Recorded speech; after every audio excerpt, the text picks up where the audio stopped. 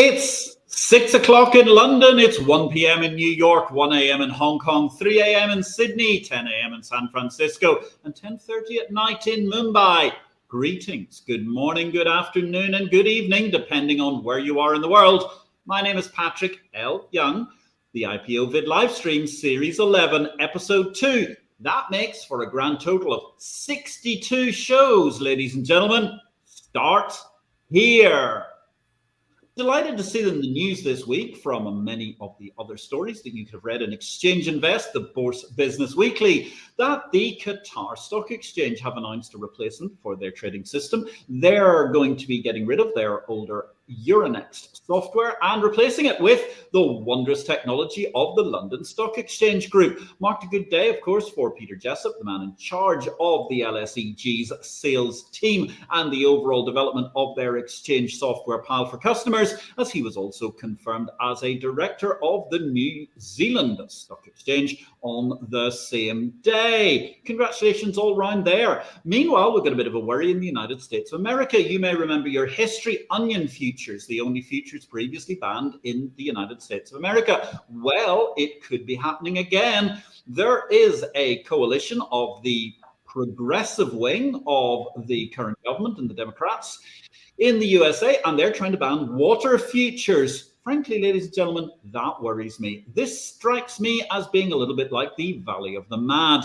Of course, yes, we know that there have been crazy people in the White House of late, but the current idea amongst a certain fringe of the Democrat Party that ultimately water is not something that a transparent and openly priced resource strikes us as being a very, very dangerous concept. What do you put in your water? Well, of course, lemon. So way to go, lemon markets. They've raised 15 million euros in a funding round co-led by Lakestar and Lightspeed. Congratulations, founders Marius Springer and Max Linden. Meanwhile, we've also had a market mystery this week. Great read, actually. It's in the New York Times, a market mystery, the wheat whale that came out of nowhere. Very, very much worth reading, as people blame, amongst others, Reddit users for the wheat whale mystery that came out of nowhere. Finally, this week, a few upheavals at the CME. We'll probably be talking about more of those indeed in our next show in a couple of weeks' time. First of all, let me say, actually, somebody that's just been announced today. Congratulations to William Knottenbelt. I wish you a fabulous retirement. You've had an incredible impact on CME over the years. And equally, we want to congratulate former NASDAQ EMEA Head of Sales and Account Management, Nick Wallace, on your new role as a Ventus MD. All this and more has already been covered in greater detail in Exchange Invest Daily, the unique newsletter of the Bourse Business. Send us an email or hit me up, Patrick L. Young, on social media via whatever stream you're watching this, and we can get you signed up to understand the exchange business. Now, today we have a super exciting show. PLY, Patrick L. Young, is going to meet Patrick Young. None other than Patrick M. Young, I do believe, is the absolutely precise middle initial for this man.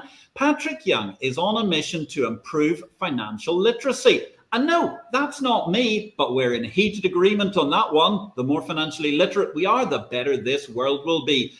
Welcome to my namesake with similar aims. Patrick is director for the New Orleans Mayor's Office of Gun Violence Protection. The OGVP is the backbone of the city's efforts to work with New Orleanians to prevent gun violence and create peace.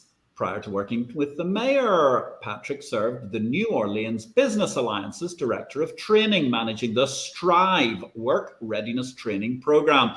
Operating across 4 opportunity centers in the city of New Orleans, Patrick helped employ over 890 formerly incarcerated persons in less than 3 years.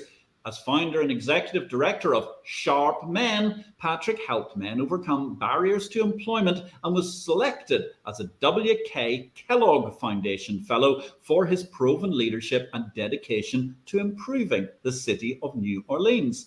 And now, and we're going to get on to talking about that in just a few minutes, Patrick is the author of his first book, A Way Up: Economic Development Post-Incarceration, a strategy toolkit for investors. A strategy toolkit for individuals with barriers in financial literacy and access to resources because of a conviction. Patrick L. Young, meet Patrick M. Young. Patrick, good evening. Welcome to the show. Good afternoon, of course, because we're in Eastern Standard Time here. Where in the world are you today? I'm coming live from New Orleans, where we say who dat. So Who it's Patrick M. Young, and I'm excited to be here. Patrick, it's so good to see you on this show. Let me just give a little bit of background. I have, because clearly I'm a rampacious egotistical individual, a Google alert on my name, and that throws out various different people who are called Patrick Young at different points in time. And that's where I first got to hear about you and your mission. And in fact, the first thing I was aware about you with was in relation to SharpMen. Now, I have to say, if I may, I think you're looking very, very sharp today, Patrick. That's a wonderful suit altogether. Tell me, how did you manage to get to this position and create SharpMen? So first, the idea was I was doing work readiness training, helping people get employed. But when it was time for an interview, women would go to Dress for Success, which provides attire for women. But in New Orleans, we didn't have any place where men could go to get the proper attire for interviews. And so when I actually looked across the country, there aren't really any resources for men who are looking for employment opportunities where they can get professional attire. So I just wanted to launch a nonprofit that really can help, because I was running out of suits and ties. Everyone was raiding my closet. So I found it helpful. And in the first few years, we were able to help over 700 men get properly fitted for attire. Our juvenile justice system, where kids were arrested for crimes, we provided suits to all those young individuals. So when they're released, they go home with a different attire. Hopefully we can change that attitude. And so hopefully I'll be able to expand to other markets and other cities. It's new, but everywhere you see a Dress for Success for women, I hope to put a SharpMen. That's a fantastic message altogether. I must admit, I was not aware of Dress for Success and what it had brought as its mission, but that's a super idea. So also, obviously, you bring people in, you try to help them dress, you try to help them presumably prepare for the whole process of trying to get a job, going to interview, etc. Yes, I mean, the hardest part of the process, I mean, you may have a desire to work, but, there's that panic about the interview, like what to say and how to present my resume. The last thing that you should be concerned with is what you look like and how you present. And so the same way that an athlete puts on their uniform, we want you to put on the uniform to compete for this job and opportunity. And so we want to make sure that you look sharp, think sharp, and stay sharp. And for men, iron sharpens iron, so one man sharpens another. So most of the stuff that we receive are donations from other men who just want to clean out their closet or really give a legacy to give back. The power in just giving a tie to someone else can really shift that person's trajectory. So we're excited about it. It's growing. We had a little downturn because of COVID, but hopefully we'll be back up and running. I do an annual bourbons and bow tie brunch. So I would like to see you one day come to our brunch where every man has to wear a bow tie.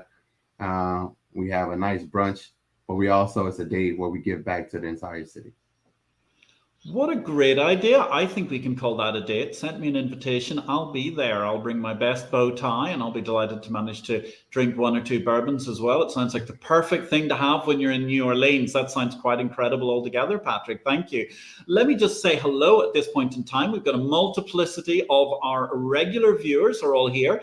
Whether you're a regular viewer or whether this is your first time, ladies and gentlemen, don't be shy. Send us a little love, send us a message, make a comment, ask a question. We'll be delighted to hear from you this evening. All are welcome all the time on IPO-VID Livestream. Hello, John T. Good evening, Patrick and all. Hey, John T. It's great to hear from you. Really, really delighted to see you.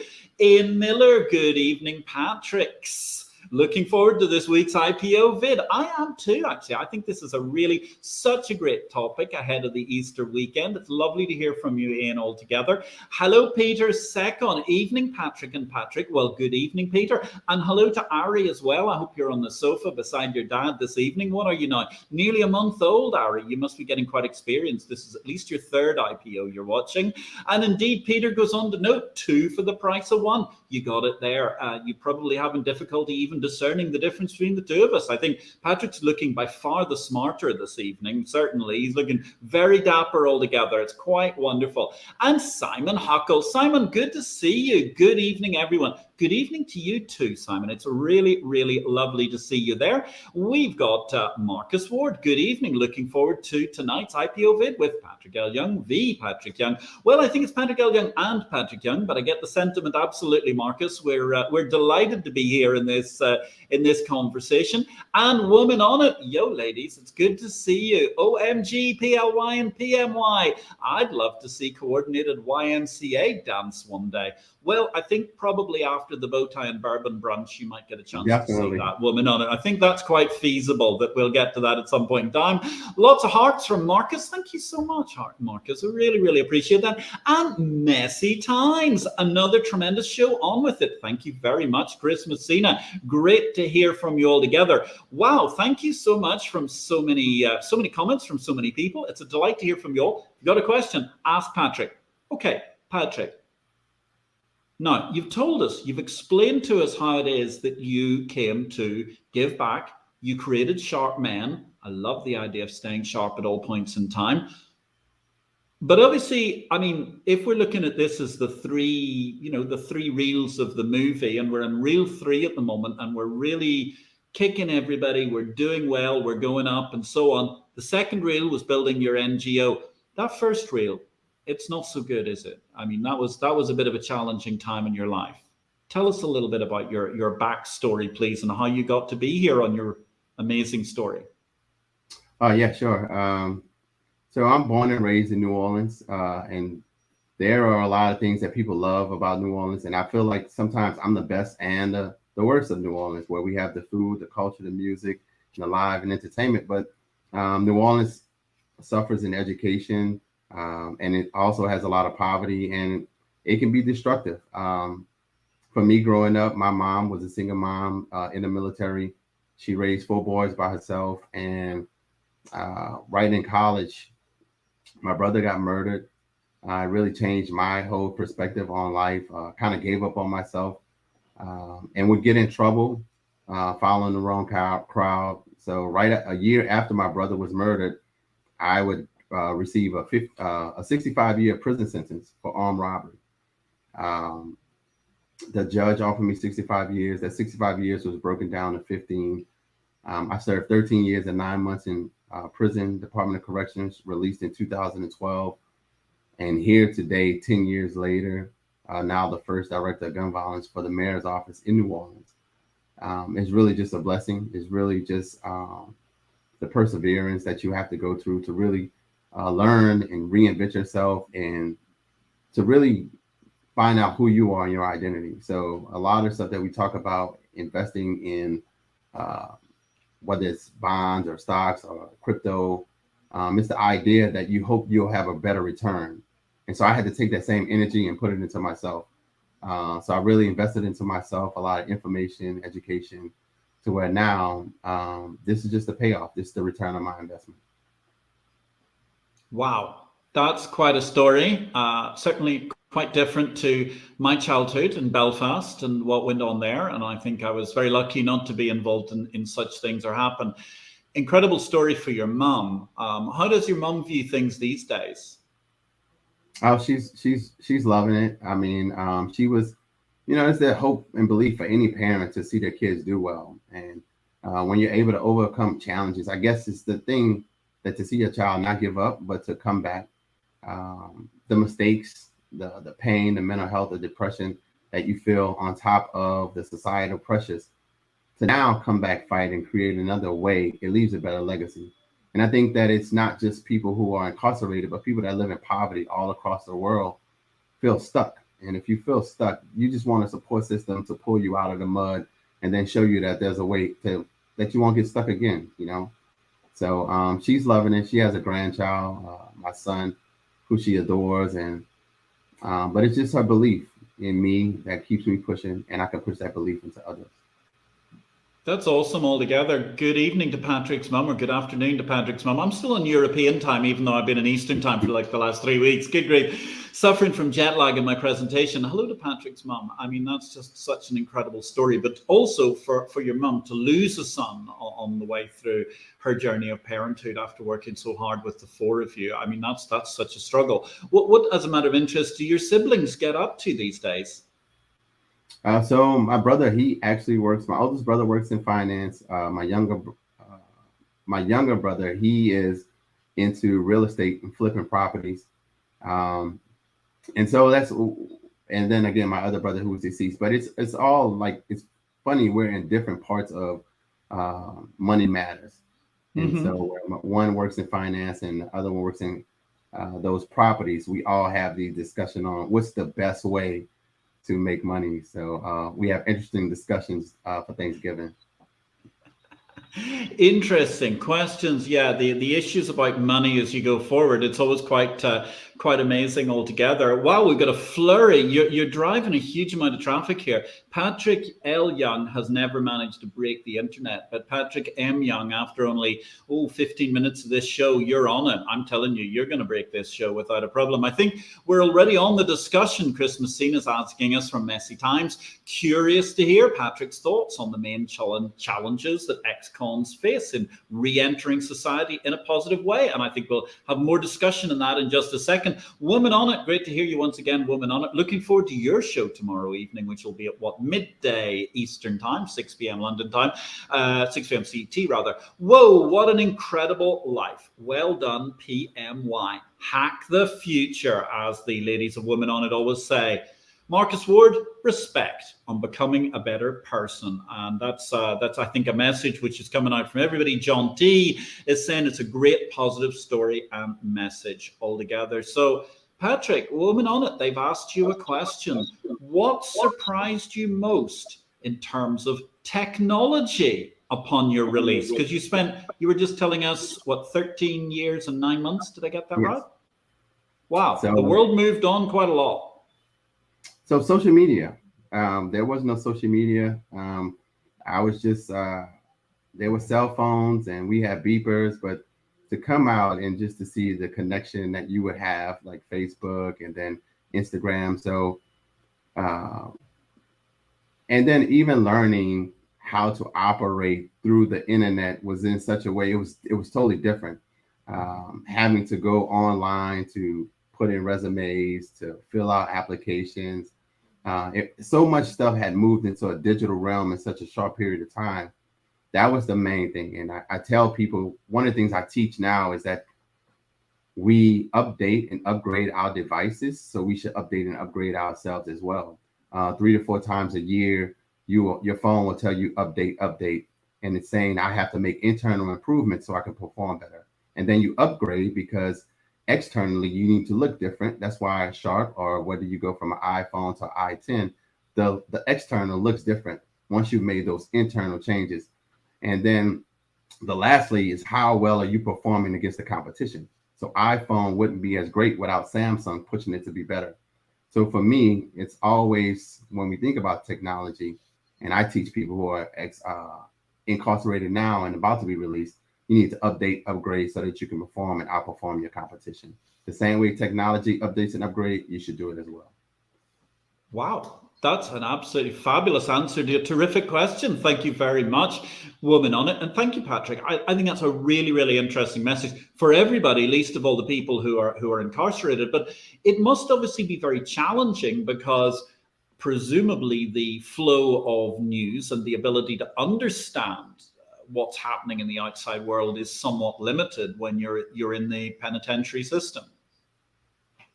It is, and it gets to the point of, well, what led the person to be incarcerated to begin with, and the struggles of being in poverty, the desperation of not having the understanding of financial literacy, of capitalism, and understanding good government, good money management.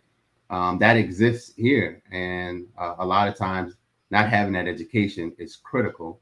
And so when you're inside, where you don't have the access to maybe the technology, you do have access to reading and libraries where you can study just to get a better understanding of basic information around just even planning, organizing.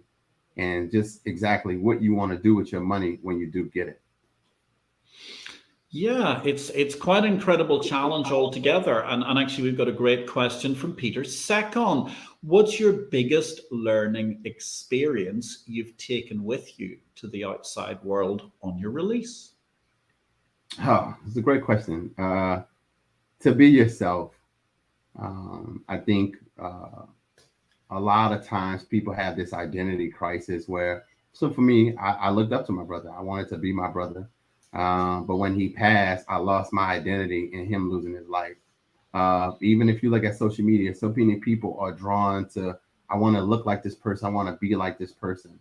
And the value is really being yourself, not trying to adopt to somebody else's expectation.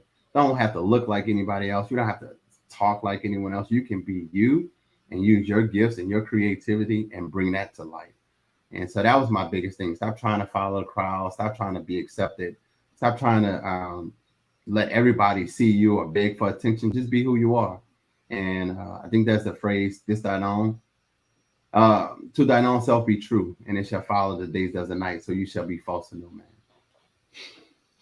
That's a great maxim altogether. I'm reminded of actually Mrs. Young. She's got a fabulous short line that she loves, which is be yourself, everybody else is taken, which I think also neatly sums things up. And actually, I was watching a video the other week, Jeff Sprecher, the founder of the Intercontinental Exchange, and in that, he made a great comment about branding, whether it's corporate branding or personal branding, which is, if you don't define yourself, someone else will define you for you. And that's also a very, very powerful message in line with what you're talking about, Patrick. I mean, it's really intriguing altogether. So you've been out of jail now, therefore, for, if I got that correctly, 10 years, right? And that actually took place, a month or two ago was actually the 10th anniversary, if I'm right? Right. Yeah. So that, yep. And so that led to, so I released my book on 2/22/22. If you add those two together, it means 10. It adds to 10. And so that 10 marks the release of, since I've been released from incarceration. It also acknowledges at 22 was how old my brother was when he was murdered. And so for me, it's a lot of parallels, a lot of symbolism. The numbers never lie, but it's just time that twos also represent alignment, that we have to come into alignment with who we are and what's destined for us. And so when those things fall into alignment, you'll see other things that are not meant for you fall out of alignment because you're destined for prosperity. And so this isn't just my sayings or my ideas. This is God work. I believe that we are all called to a higher purpose. And so it's just believing in it and walking in it.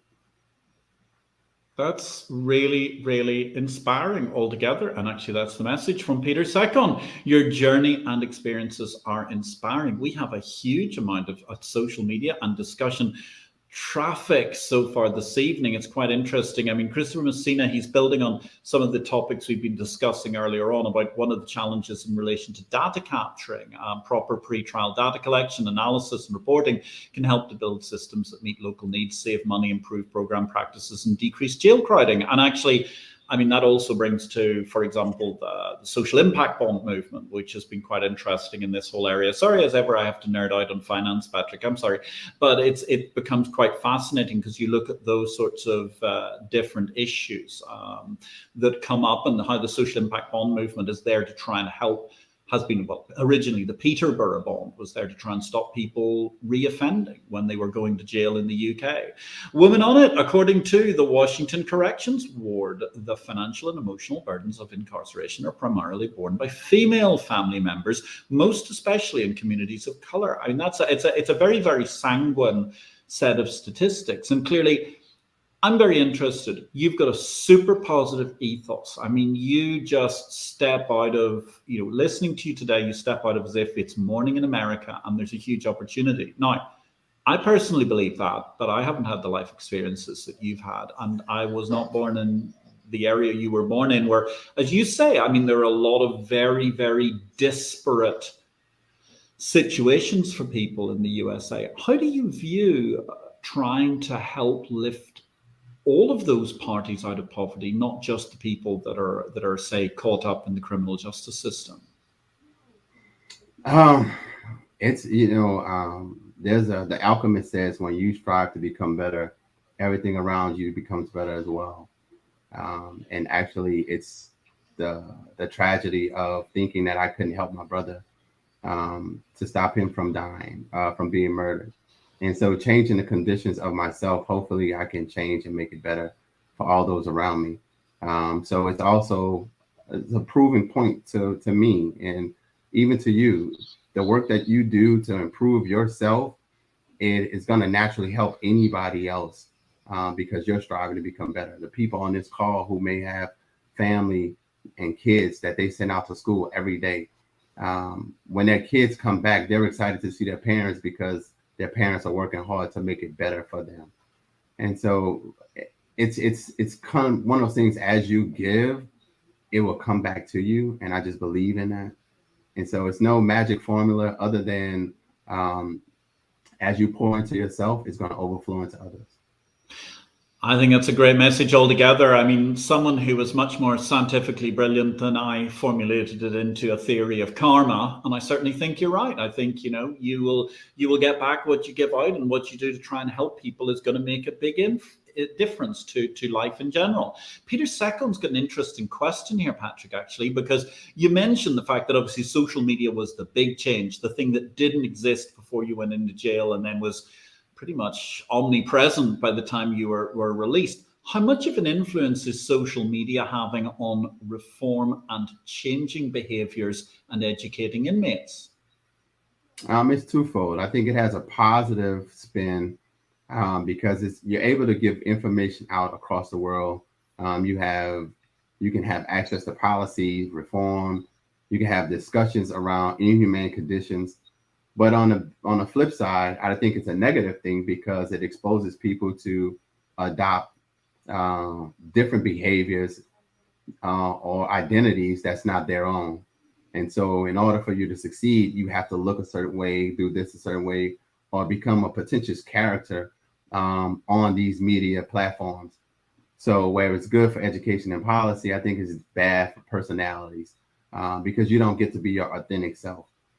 I think it's good for you to sometimes disassociate yourself from media and find your own true being. And then if you have something that you want to promote, then promote it in your own uniqueness and likeness, not because you've seen this other person do it and you expect to get views or comments or likes. You shouldn't chase it that way. Recently, there was a movie, House of Gucci, and you saw even without social media, this person was chasing the approval of others instead of staying true to themselves. And so, it's really important for you to stay true to your own self and not get lost in some of the media. Staying true to yourself, not getting lost in the media. You're interesting. Your point's well made also in relation to the movie House of Gucci, because there they managed to get certain parties completely lost track of who they were and where they were. And that was in an era before social media itself happened. So you've had this great success. You've managed to come forward. You've become the first director of gun violence, helping the mayor of New Orleans. You created SharpMen. You're getting these guys into suits, making them better prepared. You've put 890 people into employment. That's a spectacular number by any stretch of the imagination. That's absolutely incredible. Now you've got the book. So you've become, in some ways, great achievement for you. In another way, you're another Patrick Young who's written a book, I suppose one could say, if they're going to try and denigrate that. Just have to make a quip about that. Sorry. A Way Up. Economic Development Post-Incarceration by Patrick M. Young. It was published on 02/02/22. Tell us a little bit about how you came to write the book. So it was doing, so I always had this idea around, why is it so hard for someone after incarceration to really make it? Like, what is the challenge? And we start with saying, oh, you need to get employed. So maybe we can help with employment. So that's where Sharp came from. But then after you get employed, if you wanted to buy your own home, if you wanted to get a car, if you wanted to go to the bank for any reason, you would get denied, pretty much because of that conviction. So it was like almost a double standard. Even though you completed your sentence, you were still being held captive to the conviction. And so most people in prison in America are in prison because of poverty. And so I parallel prison and poverty and show that it's not about just getting out of prison. You have to get out of poverty. You have to find a way up, not just a way out. If economics is used to keep people incarcerated, that's why it's called the prison industrial complex. The economics is going to have to be used to move you out of that state of conditioning. And so what we're missing is access to resources and capital. So once you get released, you need access to banking. But there isn't a bank that says, hey, this is the first bank of people who are formerly incarcerated. You come here, you can open up a checking account, we can start your credit, and we can help you move your life back forward. That doesn't exist, but parallel it to the military. The military has a version here called TED, Transition Economic Development, which specifically helps veterans return back after they did their deployment. What's good is the best practice model is that they have access to USAA, Navy Federal, and all these banking resources. And so the outcomes is veterans lead the country with home ownership. There are a large pocket of people who have business ownership. There are large people who are investors because veterans have access to capital. If you want to rebuild a society and people who've made a mistake, why not give them access to capital to do it? And so the book deals with those subjects, economic development, post-incarceration, the things you need to know to one, if you do get money and get resources, what do you do with it? The financial education around managing that money. And then secondly, how are you setting your goals as far as moving, not just out of prison, not just out of poverty, but into a different wealth class that can build money for you and your family for generations. It's really very interesting altogether. It's very interesting the way that you contrast and compare with the US military, who I agree have got an incredible system through their TED system in order to manage to help veterans make the transition back into society. And obviously, it's something that, for whatever reason, the prison industrial complex hasn't managed to get us around to yet with anybody who's been an offender. And I mean, I think that's quite fascinating. I'm interested because actually one of the things really struck me coming out of your book was how you talk about, the first thing you actually think about when you're in jail and what effectively drives all of your thinking is, when am I going to get out of jail? But actually, the date you get out of jail doesn't really equate to the day that you're actually at liberty, if I can paraphrase what you've said so eloquently in your book. And I mean, that raises two questions. I mean, first of all, we got one from Rombeat, rather. Hello, Rombeat. It's an incredible story. How do you stay positive while being in jail? Well, it's honestly, it's challenging. And there's this story in the Bible where this young man who leaves his father, he finds himself in a pig pen. And he says, and when he came to himself. And so when he came to himself, he realized that, my dad's a king. I don't have to live like this. I thought I knew it all, but I didn't. And you have to just have that moment. And I think everybody comes to a moment, whether you're in jail or not, when you just come to yourself and look at your life and figure out, is this really where I want to be? And so you have to look at what actions it took for you to get into situations, and you have to do the actions to get yourself out of it. It can be hard to stay positive in jail because you're surrounded by so much negativity. You're surrounded by so much misery. But again, it's in that noise that you have to silence all those critics and come to yourself and really redefine who you are. If you were being pretentious and fake and that got you incarcerated, they have a lot of people who use nicknames. They want to be killer, soldier, or whatever. They make up their name and they take on that avatar. But again, it's like, nah, who are you really? And then once you get to find out who you are and you believe in yourself, then you see some change happening. Because it doesn't matter if you're in jail and you having problems with who you are as your identity, you're gonna have those same problems outside of jail, and you'll be just as negative incarcerated or not. People who live a positive life have a positive sense of who they are. That's a very powerful message once again in terms of the total positivity. Okay, so you go through the jail experiences. You're saying people are not prepared for coming out on the outside. Now, You've written this book. It's a lovely, interesting, Non-textbook, it's really approachable. It's a great punchy style, short paragraphs. I love it. It's very, very easy to understand. When you're reading that on the way through, what are the core things that someone needs to do who's either just come out of jail or indeed is just rethinking their life and is going to try and escape from that poverty trap? It's as simple. It's a roadmap. Like right now, if anybody wants to travel, let's say I'm in New Orleans and I say I wanted to go to New York. If I put in my Google phone, give me the GPS from New Orleans to New York, it's going to give me different options, whether I want to walk, fly, drive, ride a bike. And it's also going to give me the destination, and it's also going to give me a time. When we're thinking about improving ourselves out of this incarcerated state into a state of wealth, it's the same process of GPSing your success. Whether you want to walk it through, drive it through, fly it through, and how much time do you really have to invest into yourself? And then you actually have to get started. And so the book gives you a strategy map on how to move from one place to the other place. And you just follow those step by steps. It starts it's a basic read around literacy.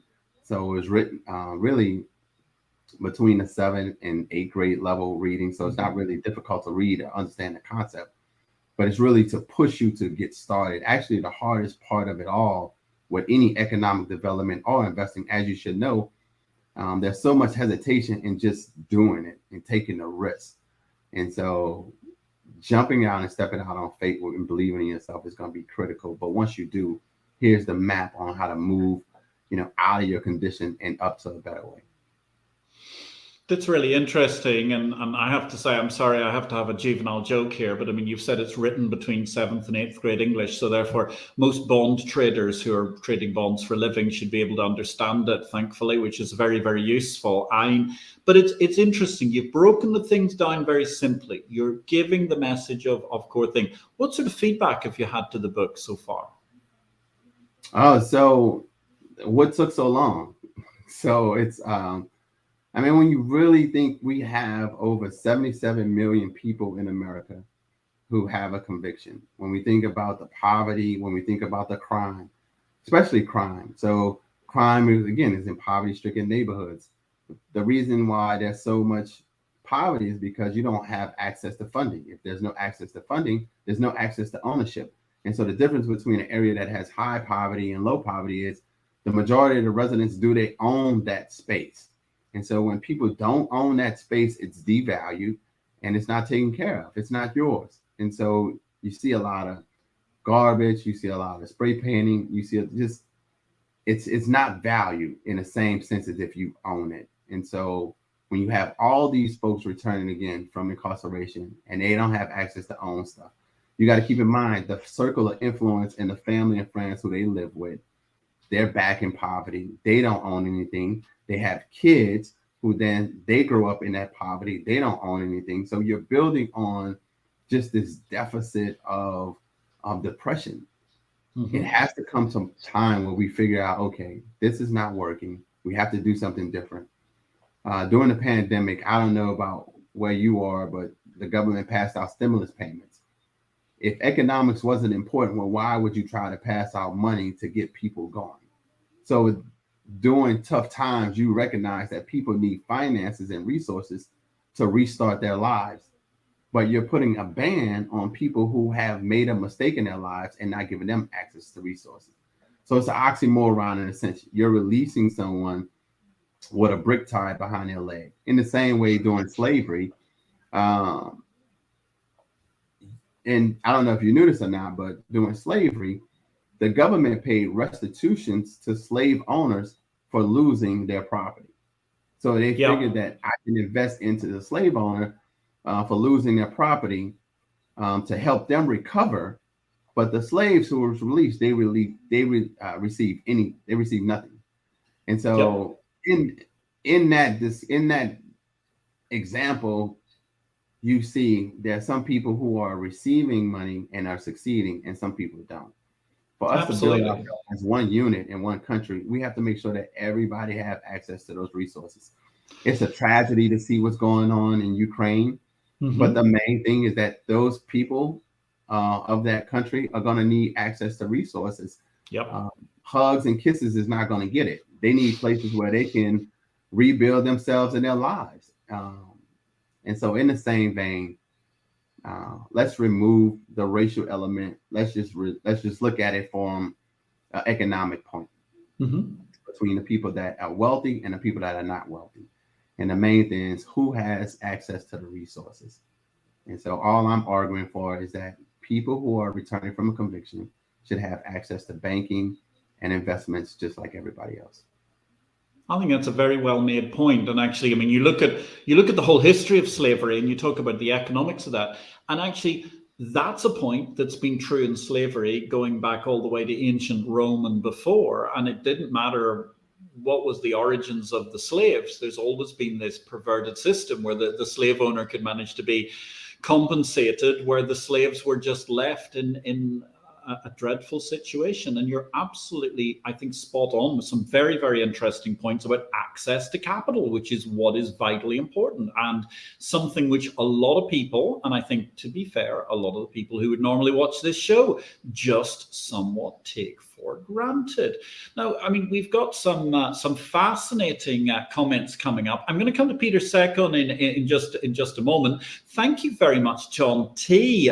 Here we are, Patrick Young, talking to Patrick Young, all about the interesting world of opportunity in which we live nowadays. Sounds like a fascinating and interesting topic. Just ordered the book on Amazon. You've got a sale, Patrick. That's a good start to the day. You're 40 minutes into the show and you're doing well. And I think equally, I mean, your message definitely rings a tone there, Peter. Second, repeating from your book, the first thought after any arrest is usually, how long will it take to get out? Eventually they slip into your life of crime and the cycle continues. So how do we stop that?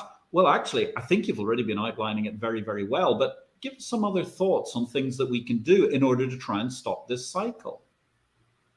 So if you travel abroad, like in some countries, if you're out and they'll say, look, don't feed the monkeys, right? And the monkeys will fly down, they'll steal fruit, they'll harass you.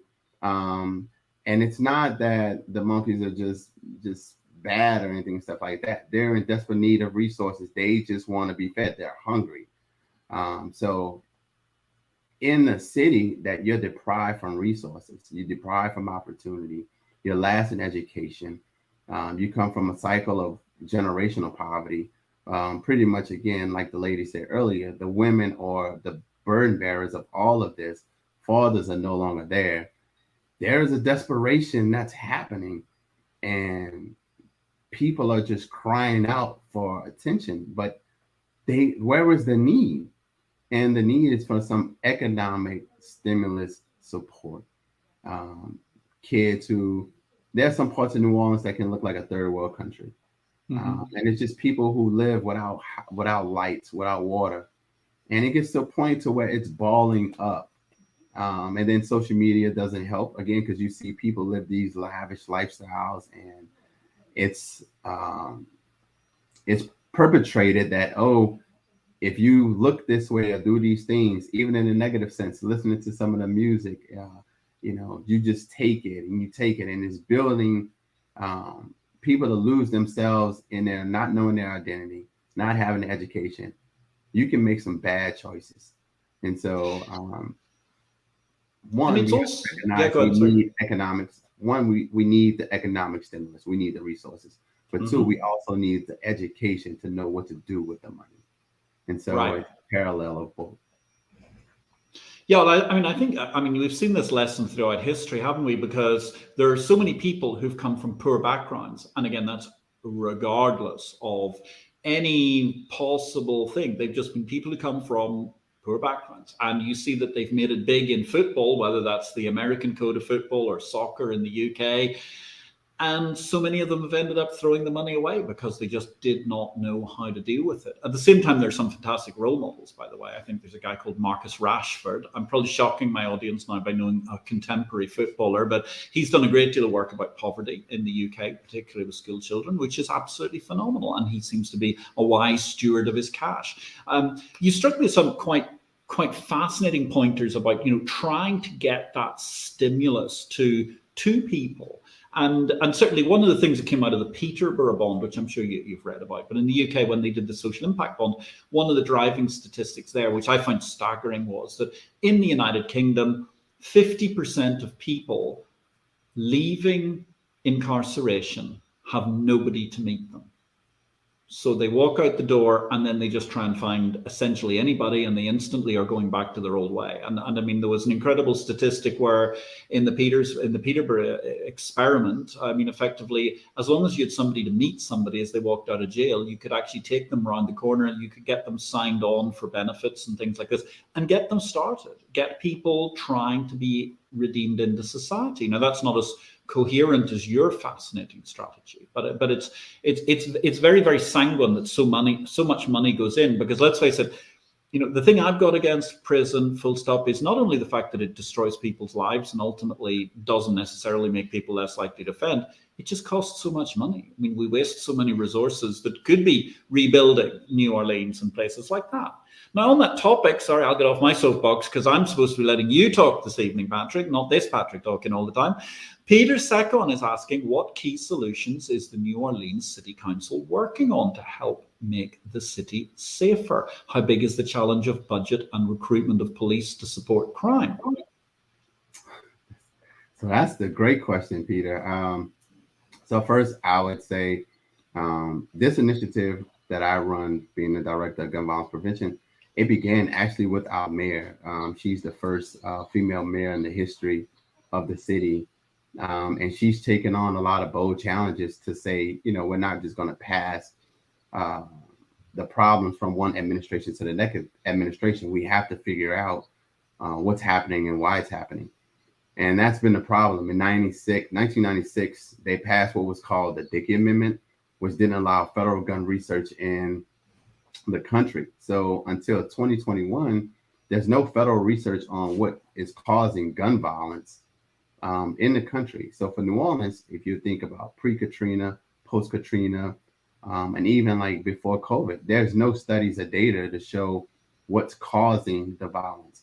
And so the main thing right now is investing into the data and the policy to really study, one, what's causing it, so we can really attack it and provide the interventions and preventions that are needed so that we can make the city safer. We can't just incarcerate people without actually testing, well, what's causing them to be violent to begin with. It's like if your house is infested with mice and you just put all the mice in the cage, they're still going to come back because you haven't figured out what's drawing them to your house or what's going on. And once you figure out what's going on, you can prevent them from coming back again. The biggest challenge, though, with the police is, you know, we had a situation with racist situations with the police department, police violence against citizens, especially people of color. You have a distrust in the police, and the police right now have to rebuild their trust in the community. Some police have left the force. I know in New Orleans, we've lost over 600 police officers. And so across the country, on top of that, dealing with the mental stresses of dealing with a pandemic, dealing with some of these economic losses, domestic violence is up 300%. Violence across the country is up. It's people who are in their feelings, and psychologists says that violence is just a reaction of people's inability to handle their emotions. And so if you don't know how to control your emotions and your feelings, you're going to react violently. On top of, you don't have the proper education and understanding of how to really talk through your feelings, it can create a volatile situation. I think it's all those things in combination that's just making a wildfire spread throughout our communities. It's important that we come together as a community. I tell people we can't have peace if we're working in pieces. We have to unify our efforts the same way we did against COVID. We have to look at violence as a virus and what interventions can we put in place to where we all, you know, can really address this violence that's spreading across the community. So it's not just the city council, it's not just the police, it's not just the mayor, it's all of the city, really not just locally, but statewide and even nationally, internationally, because violence shouldn't happen anywhere. The same thing that we're seeing in Ukraine, it shouldn't be accepted. It's wrong. And so we have to find a way to stop this spread of violence, whether it's in New Orleans, whether it's in your community, or whether it's around the world. And it's only going to start if we say enough is enough. Thank you, Patrick. Brilliant answers altogether. This is a really, really inspiring show altogether. We've got a multiplicity of questions here. I think some of them you've probably addressed as we go on. Let me also just say good evening to Ian Bonsor in the UK. Evening all. Sorry I'm late. Well, you're going to be able to watch this show on a repeat as soon as possible. But Ian, please give us a like. I can do my bad K-pop impersonation of a heart there just in order to embarrass the younger generation. Give us a few likes here, because if nothing else, that gets this message higher up the search engines. If we get this message higher up the search engines, that enables Patrick and his team to go out there and produce not just more books and sell books, but also get the message across about how we can make a better society for everybody, including those who have been the participants in the federal justice system in the United States of America or jailed elsewhere. John T is asking us a question. Patrick, do you run a mentor scheme? And if so, how successful is it in preventing reoffending? So with the SharpMen, we do a lot of mentoring in Sharp. What we've seen though too is that your likelihood after employment, it reduces your ability to reoffend. So helping those 890 individuals get employed in those 3 years, we saw less than a 10% recidivism. Even right now, a project I run called CEO, it's a Center for Employment Opportunities underneath the Office of Gun Violence Prevention. We had 175 individuals complete the program last year. Only 2 people reoffended. And so the main thing is that we have to find people to give access to resources and capital. In any society, any situation, when people are working and they're providing for their families, the last thing they want to do is lose that situation, especially if you made a mistake. You don't want to make that same mistake again. But if you're getting denied over and over and over and told no, no, no, desperation kicks in. And so we have to remove that desperation and develop opportunities. And so for me, that's what I find, giving people opportunities, actually proving it, helping them get employed, and then now knowing what to do with your money. Hopefully we can have a greater return on investment.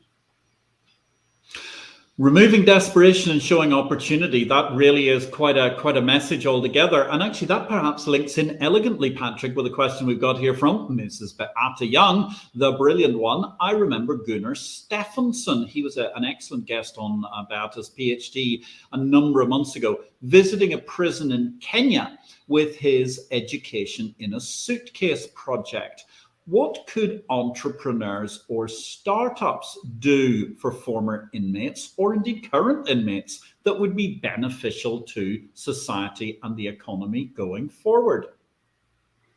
I think having, again, the main thing is having access. Talk to banking and financial institutions. The main thing is having access to real capital, real money. You're going to need housing. And so in order for me to get housing, though, I may have to get a loan. If there are projects and programs that startups can do that really just give people a pathway to get access to those funding, it's going to be critical. Transportation, even if you want to go back to school, again, there are costs associated with that.